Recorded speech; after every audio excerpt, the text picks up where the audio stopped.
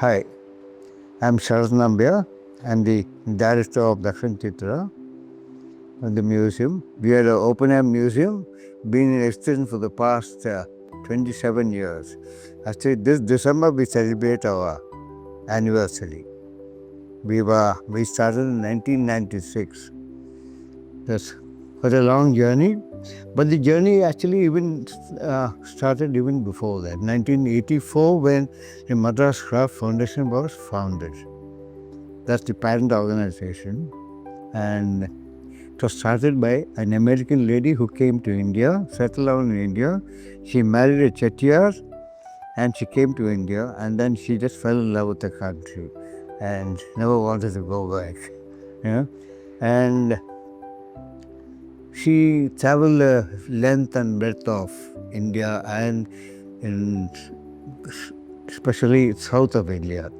And she realized everything is vanishing so fast. Our rich heritage and culture, which we have so much, all are vanishing so fast. And then she thought something should be done to preserve all of this.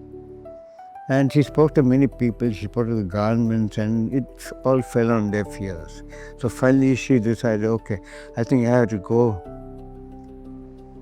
do it myself. And that's how DakshinaChitra was born. So she tried getting permission from the government to start a museum. It never worked. So finally she went to the government offices for almost a year, daily, to get permission to start this place. And eventually she succeeded. She got land from the government. They were good enough to give us land on lease for setting up this museum.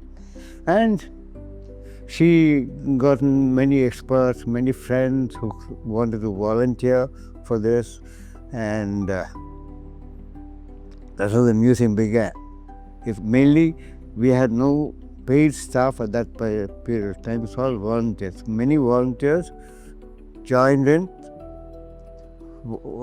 liking a wonderful idea, and they started work. This place was completely bare sand at one time. It was only 10 acres of bare sand and 4 palmyra trees were there when we started. And then she started researching. 84 to 1996, it was all research. It was the ground plan for the eventual museum. And she brought in Laurie Baker, a famous architect, and he conceptualized the entire space, what could go where, and he suggested having vernacular buildings moved from various parts of South India to this location. So that's how DakshinaChitra began. We started off with the Chettiar house. Actually, Devi, I call her Devi. She married a Chettiar from the Chettinad community. And the first house was a Chettinad house. Now we have 19 houses. And the latest house that we added was just added a month back. Not even a month back, on 23rd of October. A Kodava house, 1852.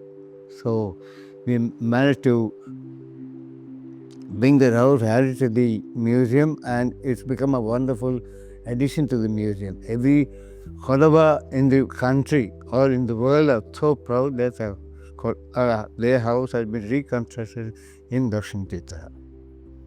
So our primary focus is houses, vernacular houses. Sustainable houses, vernacular houses. So how we bring these houses, it's a very complicated process of bringing a house to DakshinaChitra.